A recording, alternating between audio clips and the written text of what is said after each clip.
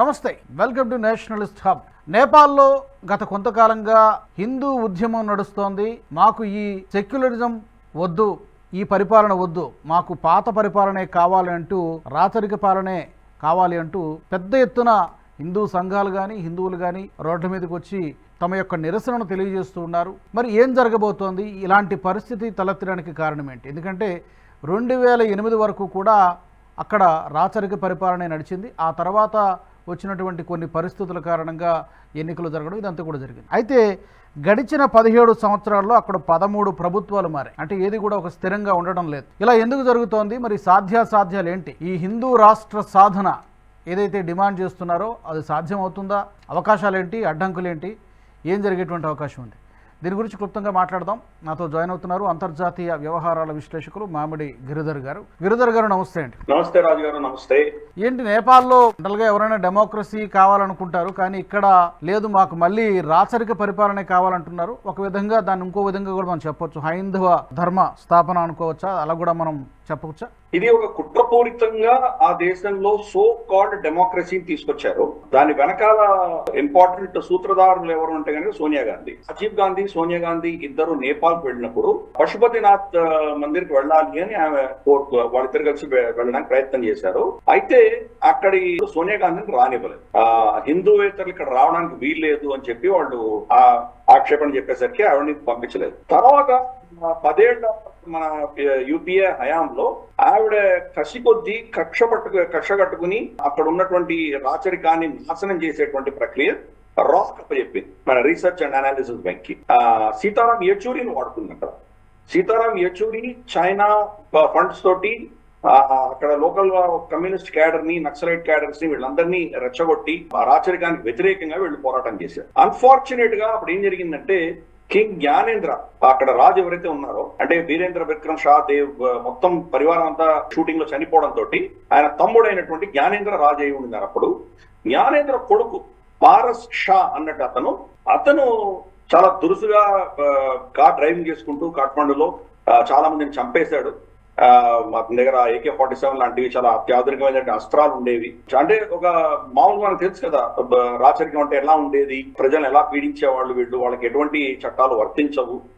అటువంటి పరిస్థితి అప్పుడు చూశారు ప్రజలు. దాంతో ఇవన్నీ ఒకటేసారి కలిసి రావడంతో పెద్ద ఉద్యమాలు జరిగి వాళ్ళు రాచరికాన్ని దించేయాలి అని చెప్పేసి వాళ్ళు ఉద్యమం చేసేసరికి అల్టిమేట్ గా 2008లో అక్కడ హిందూ రాచరికం దిగిపోయింది. అది సో కాల్డ్ సెక్యులర్ రాజ్యాంగంతో ఒక డెమోక్రసీ అనేది తీసుకొచ్చారు వాళ్ళు. డెమోక్రసీ వచ్చినప్పటి నుంచి అంటే ఇప్పుడు రమారమి 17 ఏళ్ళు అయింది, 13 ప్రభుత్వాలు మారినాయి. అంటే డెమోక్రసీ అనేది ఆ సమాజానికి పనికిరాదు. సో కాల్డ్ వెస్టర్న్ డెమోక్రసీ అనేది వాళ్ళకి ఎవరికి అర్థం కావట్లేదు. పైపెచ్చు దీన్ని అస్త్రంగా చైనా వాడుకుంటారు. ఈ 17 ఏళ్లలో కూడా మెజారిటీ చూసామంటే మనం కమ్యూనిస్ట్ పార్టీలే. ప్రచండ కావచ్చు, కేపీ శర్మ ఓలీ కావచ్చు, వీళ్ళే రాజ్యం పరిపాలిస్తుంది. ఈ పరిస్థితులని తయారు చేసింది సోనియా గాంధీ. ఈ పరిస్థితి తయారు చేసిన తర్వాత దాని ఆధారంగా క్రిస్టియన్ చర్చ్ మిషనరీస్ అందరూ అక్కడ విపరీతంగా వెళ్ళారు. సెక్యులర్ దేశం, ఇప్పుడు హిందూ రాష్ట్రం కాదు ఇది, కాబట్టి అక్కడ కన్వర్షన్స్ చాలా చాలా పెద్ద ఎత్తున చేస్తారు. మొత్తం ఆసియా ఖండంలో ఫాస్టెస్ట్ క్రిస్టియన్ గ్రోత్ రేట్ నేపాల్లో ఉంది.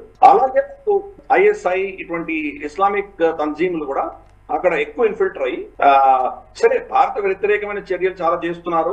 నేపాల్ మనకు ఓపెన్ బార్డర్ కాబట్టి సరిహద్దుల నుంచి వాళ్ళు ఇక్కడ మన దేశంలో చొచ్చుకు రావడం, ఇక్కడ చాలా పనులు చేయడం, తర్వాత అదే దారిలో వాళ్ళు వెళ్ళిపోవడం మనం అన్ని చూసాం. గతంలో ఇటువంటివన్నీ ఎలా జరిగినాయో మనం చూసాం.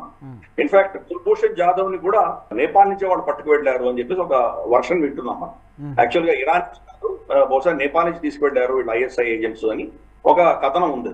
సత్యాసత్యాలు మనకు సరిగా తెలియవు. బట్ ఎనీవే పాయింట్ ఏంటంటే ISI చాలా యాక్టివ్ గా ఉంది అక్కడ. ప్లస్ అక్కడ కూడా డెమోగ్రఫీ మార్చే దిశగా ఎస్పెషల్ రీజన్ అంటారు. తరాయి రీజన్ అంటే మన బీహార్ కి ఆనుకొని ఉన్నటువంటి నేపాల్ సైడ్ ఉన్నటువంటి భూప్రాంతం అంతా, అక్కడ చాలా మద్రసాలు కట్టేసి అక్కడ విస్తృతంగా ఇస్లామిక్ పాపులేషన్ పెరుగుతుంది. ఇవన్నీ కూడాను వాళ్ళ ప్రజలు చూస్తున్నారు.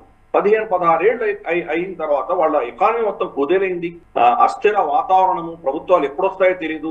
ప్రతిరోజు భారతదేశంతో ఏదో టెన్షన్ ఇవన్నీ క్రియేట్ చేసుకుంటున్నారు వాళ్ళు. చైనాకు దగ్గరగా వెళ్ళేటువంటి ప్రయత్నం, ఇవన్నీ వాళ్ళ ప్రజలు నిజంగా గణనీయంగా నష్టపోతుంది. అన్ఫార్చునేట్ గా మనం ఎప్పుడైతే మనం ఈవెన్ మనది అగ్నివీరుల స్కీమ్ పెట్టామో వాళ్ళకు ఒక అష్యూర్డ్ మన భారత సైన్యంలో చేరేటువంటి అవకాశాలు కూడా పోయినాయి. ఈ పరిస్థితుల్లో అంతా కూడా చాలా ఏం చేయాలో తెలియనటువంటి పరిస్థితి అంతా వాళ్ళు చూసి మనకు హైందవ రాజ్యం ఉన్నప్పుడే మనం సురక్షితంగా ఉన్నాము, ఇది పోయి సోకాల్డ్ సెక్యులర్ డెమోక్రసీ వచ్చిన తర్వాత మనం నాశనం అయ్యాము, మనకు మన భవిష్యత్తు బాగో లేదు అని చెప్పేసి వాళ్ళు నిర్ణయించుకొని వాళ్ళు ఒత్తిడి తీసుకొచ్చే ప్రయత్నం వాళ్ళు చేస్తున్నారు. గత కొన్ని సంవత్సరాలుగా ఈ ఉద్యమం జరుగుతున్నాయి. జ్ఞానేంద్ర కూడా రీసెంట్ గా ప్రభుత్వం మారాలి, ఇటువంటి పద్ధతి మనకు డెమోక్రసీ మనకు పనికిరాదు అని ఆయన కూడా స్టేట్మెంట్ ఇచ్చారు.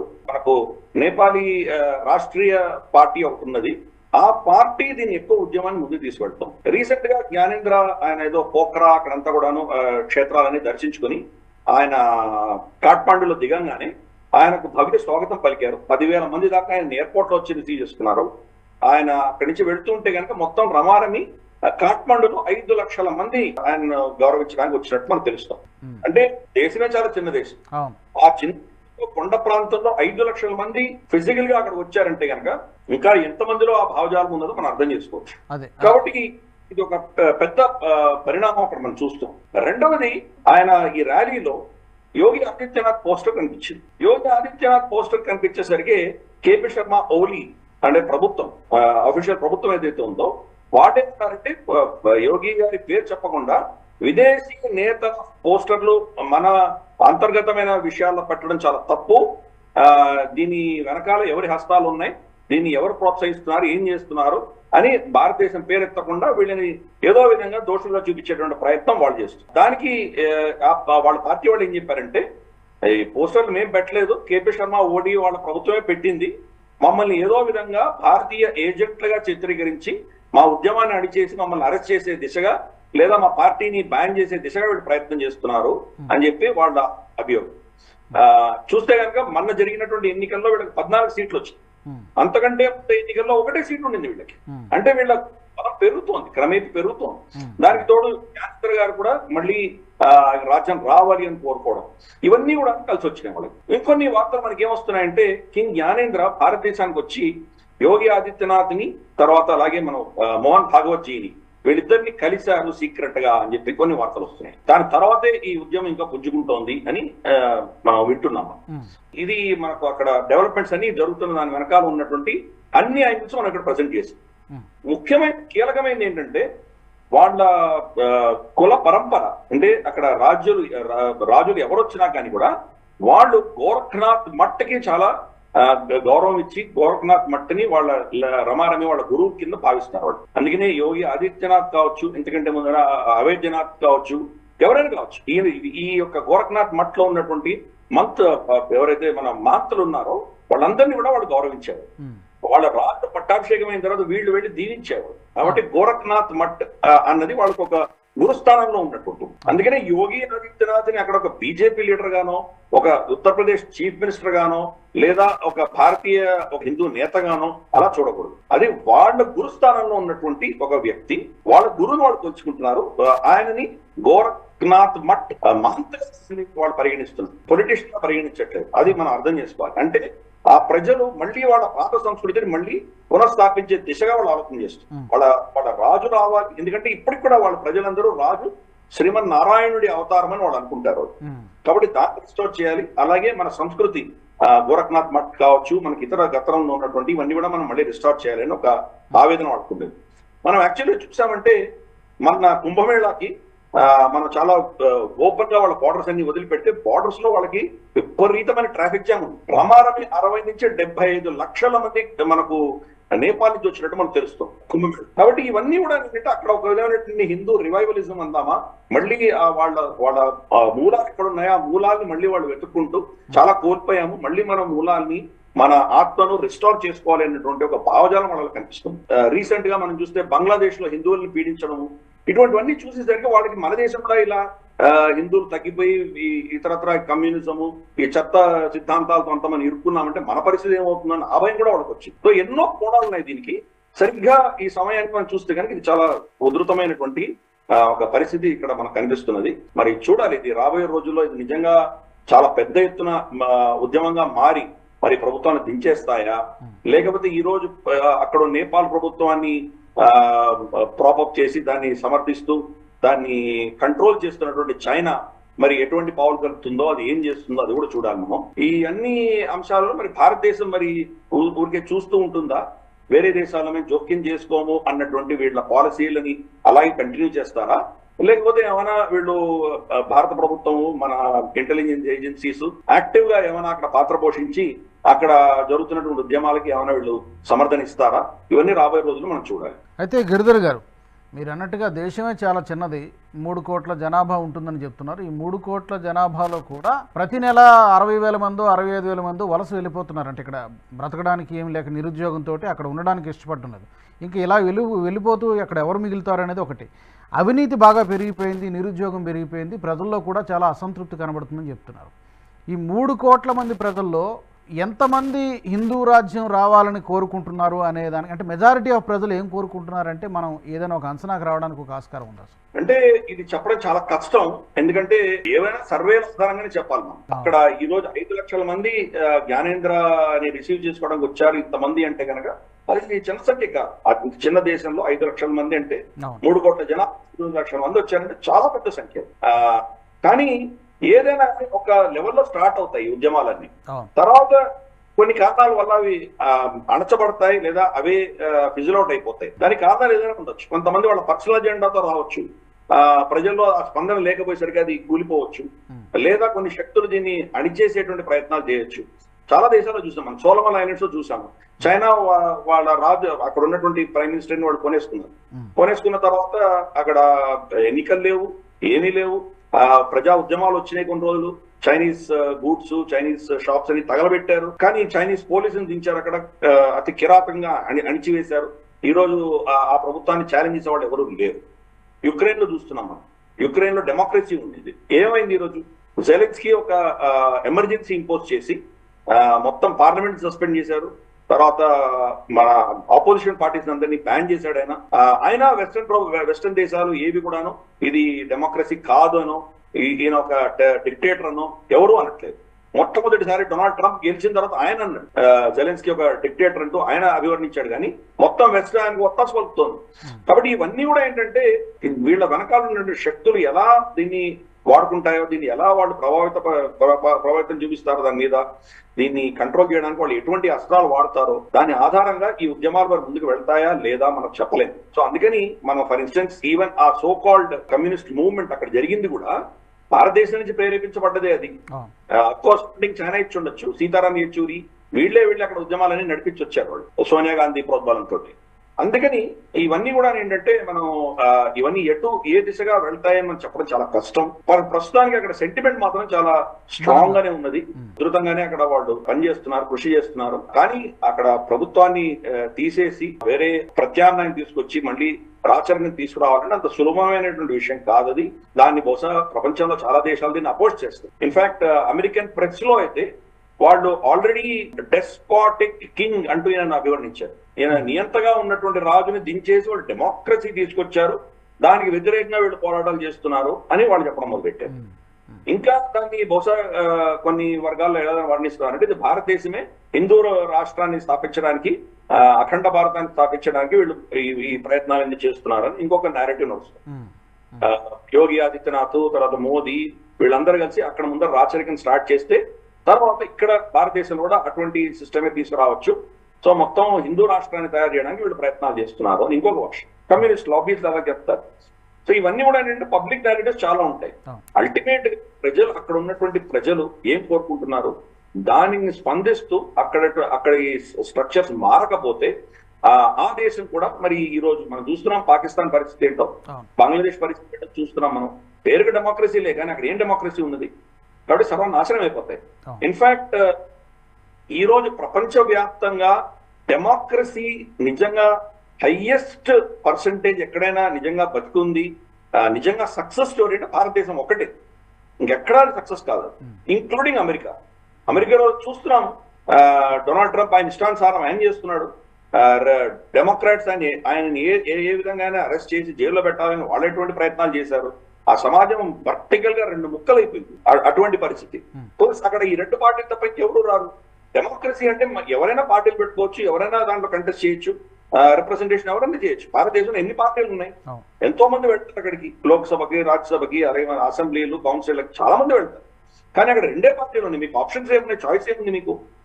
బైడెన్ వేస్తే కమలా హ్యారిస్ కొట్టేయాలి లేదా ట్రంప్కి వేయాలి, వీళ్ళిద్దరు కాకుండా ప్రత్యామ్నాయం ఏముంది మీకు?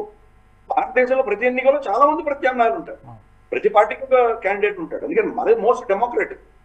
యూకే తీసుకుందాము, లేదా మనకు ఇతరత్ర మనకు అక్కడ ఉన్నటువంటి యూరోపియన్ దేశాలు చూసుకుందాం. లిటరల్ బోరిస్ జాన్సన్ పోయినప్పటి నుంచి కియర్ స్టార్మర్ వచ్చేంత వరకు సంవత్సరానికి 2 సంవత్సరాలకు ఒక ప్రైమ్ మినిస్టర్ మారుతుండేవారు. ఇటలీకి వెళ్తే వాళ్ళకి ఆల్మోస్ట్ 30 ఏళ్లలో 25 ప్రైమ్ మినిస్టర్లు మారారు అక్కడ. సో ఇవన్నీ కూడా రివాల్వింగ్ డోర్స్, అంటే వాళ్ళకి నిజంగా డెమోక్రసీ నిలవలేదు. అలాగే మనం ఇజ్రాయెల్ చూద్దాం, డెమోక్రసీ ఏముంది. జపాన్ లో చూద్దాం, జపాన్ లో ఈరోజు జపనీస్ పార్టీ అన్నిటికంటే మోస్ట్ ప్రైమ్ మినిస్టర్ చాలా లోవెస్ట్ రేటింగ్ ఉంది, అప్రూవల్ రేటింగ్ ఉంది. కాబట్టి వాళ్ళు రెసిషన్ లో ఉన్నారు ఆ దేశం. పరిస్థితి ఏంటి? సో అందుకని డెమోక్రసీ నిజంగా వాళ్ళు అభివర్ణించిన డెమోక్రసీ కూడా భారతదేశంలోనే సక్సెస్ అయింది, ఇంకెక్కడ సక్సెస్ అవ్వలేదు.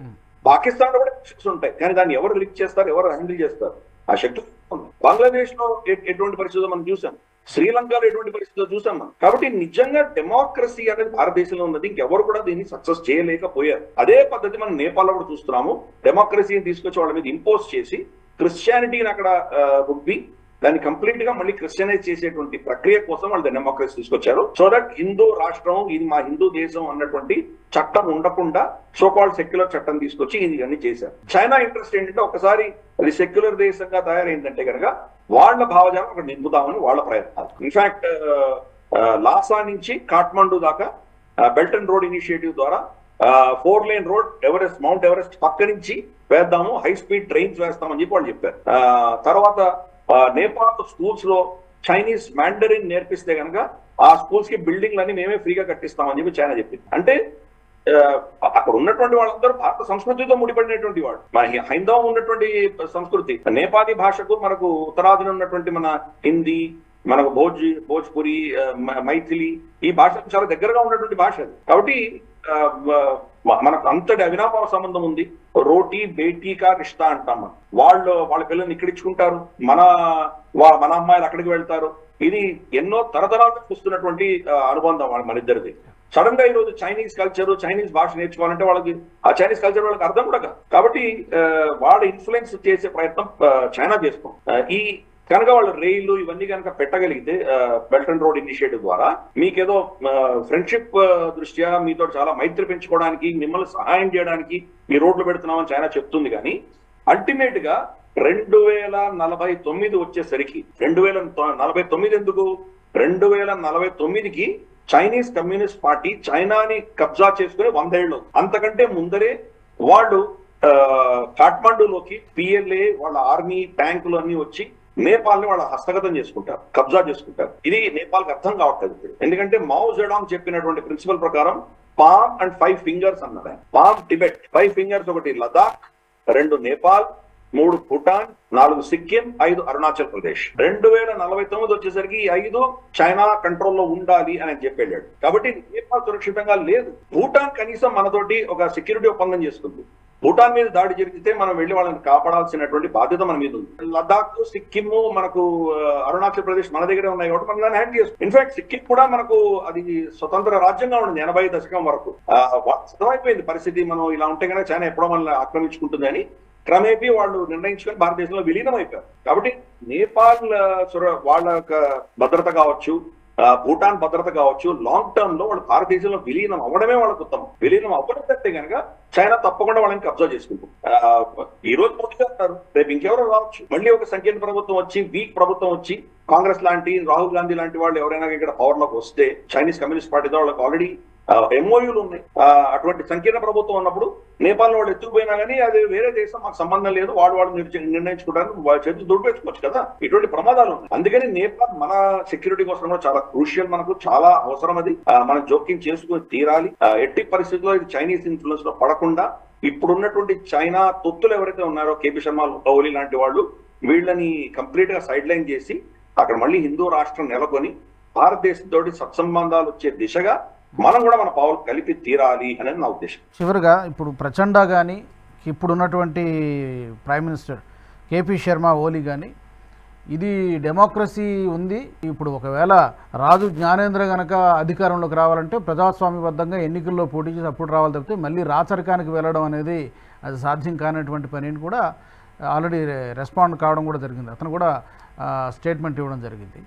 అంటే అక్కడ ఉన్నటువంటి పొలిటికల్ పార్టీస్లో ఏదో ఒక పార్టీ మాత్రమే ఉన్నట్టుంది, రైట్ వింగ్ పార్టీ. ఇది సెంట్రిస్ట్ పార్టీ అనుకోవచ్చా? కేపీ శర్మ ఓలీ ఉన్నటువంటి పార్టీ. పొలిటికల్ పార్టీస్ ఎలా ఉన్నాయి? కేపీ శర్మ ఓలీ ప్రచండ ఇద్దరు కమ్యూనిస్టులు, సో సెంట్రిస్ట్ కానే కాదు, కంప్లీట్ గా లెఫ్టిస్ట్.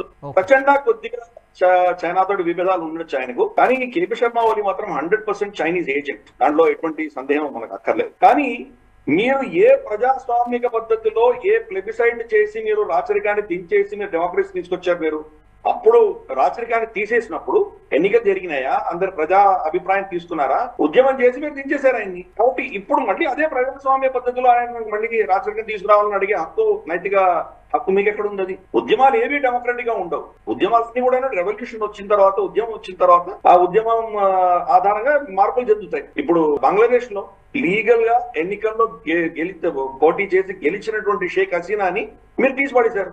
డెమోక్రసీని కాపాడారని చెప్పి జో బైడెన్ ప్రభుత్వం కితాబ్ ఇచ్చింది మొహమ్మద్ యూనిస్ కి. సో డెమోక్రసీ అంటే, ఉద్యమాలు అంటే ఏంటి మరి? సత్తా మార్పిడి జరిగేది డెమోక్రసీస్ లో జరిగే సత్తా మార్పిడి వేరే. డెమోక్రసీకి భిన్నంగా మార్పులు జరగాలంటే ఉద్యమాలకి డెమోక్రటిక్ ఎందుకు ఉంటుంది? డెమోక్రసీ కంటెస్ట్ చేసి గెలిచి ఇవన్నీ ఉండవు, ఎందుకంటే మీరు దాన్ని మ్యానిపులేట్ చేస్తున్నారు. చాలా ఊర్లలో మీరు అన్ని ఆ ఉచితాలు ఈ ఉచితాలు అంటూ ఇచ్చి బెదిరించి వాళ్ళకు ఏంటేంటో చేసి వాళ్ళని మీరు కబ్జాలు తీసుకున్నారు.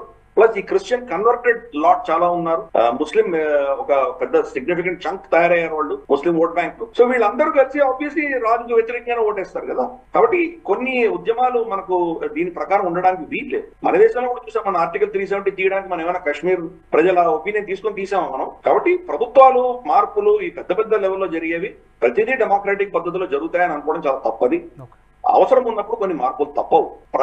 ప్రపంచ వ్యాప్తంగా కూడా మనము ఇటువంటి మార్పులన్నీ కూడా ఉద్యమాల ద్వారానే జరుగుతున్నాయి. ఈ ఉద్యమాలని రేకెత్తించి దీన్ని పోషించి దీనిని వాడుకున్నటువంటి శక్తులు ఈ రోజు దానికి వ్యతిరేకంగా మాట్లాడుతున్నట్టు హాస్యాస్పదం, అంతకంటే ఇంకేం లేదు. అమెరికానే యుక్రెయిన్ లో మైదాన్ రెవల్యూషన్ తీసుకొచ్చి ప్రజలచే ఎన్నుకోబడ్డటువంటి రాష్ట్రపతిని తీసేసి వాళ్ళు మిగతా ఇతరత్ర వాళ్ళ కొత్తాసు పలుకుతున్నటువంటి వ్యక్తులు తీసుకొచ్చి, సో అది చేసింది అమెరికా ప్రభుత్వమే కదా.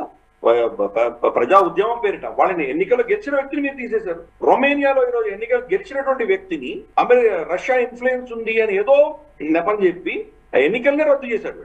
మళ్ళీ ఇప్పుడు ఎన్నికలు కండక్ట్ చేయాలని చెప్పి నోటిఫికేషన్ వస్తే ఆపోజిషన్ పార్టీ లీడర్ ఎవరైతే తప్పకుండా గెలుస్తారనుకుంటున్నాడో అతన్ని డిస్క్వాలిఫై చేసి, సో మీరు మరి ఇటువంటి డెమోక్రసీ నడిపించేటువంటి ప్రపంచం నేపాల్లో వాళ్ళు ఏం నిర్ణయించుకోవాలో అది ప్రజాస్వామ్య పద్ధతిలోనే వాళ్ళు రాచరికం తీసుకురావాలా లేదా అని చెప్పేటువంటి నైతిక అధికారం వీళ్ళకి ఎవరికి లేదు. ఏ దేశంలో వాళ్ళ ప్రజలు ఏం నిర్ణయిస్తారో, ఎటువంటి ప్రభుత్వం ఉండాలో, దాన్ని ఆ ప్రభుత్వాన్ని ఎలా తీసుకురావాలో వాళ్ళ విజ్ఞతకు వదిలే. బయట నుంచి మీరు లెక్చర్ ఇవ్వడానికి ఎవరికి అధికారం లేదు. టెక్నికల్ చూస్తే భారతదేశానికి అధికారం లేదు. కానీ మనకు సెక్యూరిటీ, నేపాల్ కావచ్చు, భూటాన్ కావచ్చు, సరే బంగ్లాదేశ్ ఒక డిఫరెంట్ టైప్ ఆఫ్ సెక్యూరిటీ, కానీ బంగ్లాదేశ్ కి చైనా తోటి సరిహద్దు లేదు. కాబట్టి బంగ్లాదేశ్ గురించి పక్కన పెడదాం. మనకు ఆల్రెడీ పాకిస్తాన్ మనకు పక్కల్లో బలంగా ఉంది.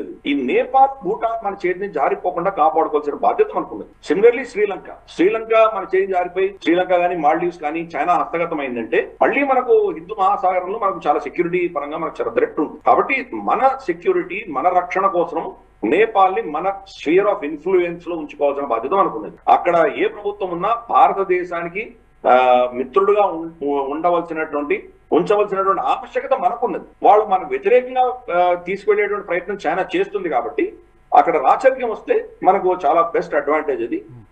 కానీ లాంగ్ రన్ లో ఇది కూడా చాలా సీరియస్ గా ఆలోచన చేయాలి. బహుశా మనకు సిక్కిం లాంటి ఆప్షన్స్ ఏవో వాళ్ళకు కూడా ఇవ్వవలసిన అవసరం ఉందంటాం. సరే 1950s లో అప్పుడు రాజు భారతదేశంలో విలీనం అవుతానంటే నెహ్రూ గారు దాన్ని రిజెక్ట్ చేసినట్టు విషయం మనకు అందరికీ తెలుసు. అప్పుడు చేసిన తప్పిదానికి ఈ రోజు మనం అందరం అనుభవిస్తున్నాం. మనం బహుశా అటువంటి తప్పిదం మళ్ళీ చేయకూడదు. బహుశా మళ్ళీ ఒకవేళ వాళ్ళు స్వతంత్రంగా ఉండదలుచుకున్నా కానీ కూడా కొన్ని కీలకమైన అంశాలు భారతదేశం టేక్ ఓవర్ చేయాలి. ఫర్ ఇన్స్టెన్స్ ఇప్పుడు భూటాన్ కరెన్సీ మనతో అనుసంధానమై ఉంటుంది. భారతీయ రూపాయి భూటాన్ కరెన్సీ ఎప్పుడు 1:1 ఉంది. అలాగే నేపాలీ కరెన్సీ కూడా భారతదేశంతో అనుసంధానం చేయాలి. తర్వాత కొన్ని కీలకమైనవి వాళ్ళ డిఫెన్స్ కావచ్చు, వాళ్ళ ఫారెన్ అఫైర్స్ కావచ్చు, వాళ్ళ కమ్యూనికేషన్స్ కావచ్చు, ఇవన్నీ కూడా భారతదేశం అధీనంలో ఉండాలి. వాళ్ళు సరే వాళ్ళ చట్టాలు, వాళ్ళ సమాజం ఎలా నడుచుకోవాలో వాళ్ళ చట్టాలు వాళ్ళు చేసుకోమనండి. వాళ్ళ పెళ్లిళ్ళ గురించి, వాళ్ళ మున్సిపల్ డెవలప్మెంట్ గురించి, ఇతరత్ర అంశాల గురించి వాళ్ళ చట్టాలు చేసుకోవచ్చు. కానీ 4-5 కీలక అంశాల మాత్రం భారతదేశం అధీనంలోనే ఉంటేనే మనకు రక్షణ ఉంటుంది. లేకపోతే చైనా మన సరిహద్దులో ఇక్కడ కూడా నేపాల్ కూడా చొచ్చుకొని వచ్చేటువంటి పెద్ద ప్రమాదం ఉంటుంది మనకు. ఓకే గిరిధర్ గారు, చూద్దాం మరి ఈ హిందూ ఉద్యమం, నేపాల్లో జరుగుతున్నటువంటి ఈ హిందూ ఉద్యమం ఇంకా రాబోయే రోజుల్లో ఇంకా బలపడుతుందా? మీరు అన్నట్టుగా భారత్ ప్రోయాక్టివ్గా ప్రత్యక్షంగానో పరోక్షంగానో మన సెక్యూరిటీ ఇంట్రెస్ట్ ఉన్నాయి కాబట్టి, మన అవసరం కూడా ఉంది కాబట్టి, మరి ప్రేక్షక పాత్ర పోషిస్తుందా ఇక్కడ ఉన్నటువంటి ప్రభుత్వం, లేకపోతే ఏమైనా ఇన్వాల్వ్ అవుతుందా? అది కూడా చూడాల్సినటువంటి అవసరం ఉంది. మరి ఇవన్నిటి నేపథ్యంలో మరి ఈ హిందూ ఉద్యమానికి తల వంచి ఈ కేపీ శర్మ ఓలీ ప్రభుత్వం పడిపోతుందా ఏంటనేది మనం రాబోయే రోజుల్లో మేబీ చూడాల్సి ఉంటుంది. Thank you very much Giridhar గారు, ధన్యవాదాలు. ఈ వీడియో మీకు నచ్చినట్టయితే లైక్ చేయండి, షేర్ చేయండి, అలాగే బెల్ బటన్పై క్లిక్ చేయండి. అలాగే మీ అభిప్రాయాలను కూడా, ఏం జరిగేటువంటి అవకాశం ఉంది నేపాల్లో, హిందూ రాజ్య స్థాపన సాధ్యమేనా, ఒకవేళ సాధ్యమైతే ఎంత సమయం పట్టవచ్చు, ఎలాంటి రాజకీయ సమీకరణాలు చోటు చేసుకునేటువంటి అవకాశం ఉంది, భారత్ ప్రత్యక్షంగా కానీ లేకపోతే పరోక్షంగా కానీ ఇన్వాల్వ్ కావాల్సినటువంటి అవసరం ఉందా? మీ అభిప్రాయాలను కామెంట్ల రూపంలో తప్పకుండా తెలియజేయండి. NHTV Nationalist Hub Group of ఛానల్స్ను సబ్స్క్రైబ్ చేసుకోండి. జాతీయవాద జర్నలిజాన్ని ప్రోత్సహించండి. జై హింద్. ఈ వీడియో మీకు నచ్చినట్టయితే లైక్ చేయండి, 10 మందికి షేర్ చేయండి. అలాగే కామెంట్ల రూపంలో మీ అభిప్రాయాలను మాతో పంచుకోండి. Nationalist Hub Group of channels ను సబ్స్క్రైబ్ చేసుకుని తెలుగునాట జాతీయవాద జర్నలిజాన్ని ప్రోత్సహించండి. ఈ వీడియో కింద ఉన్న బెల్ ఐకాన్ పై క్లిక్ చేయడం మర్చిపోవద్దు.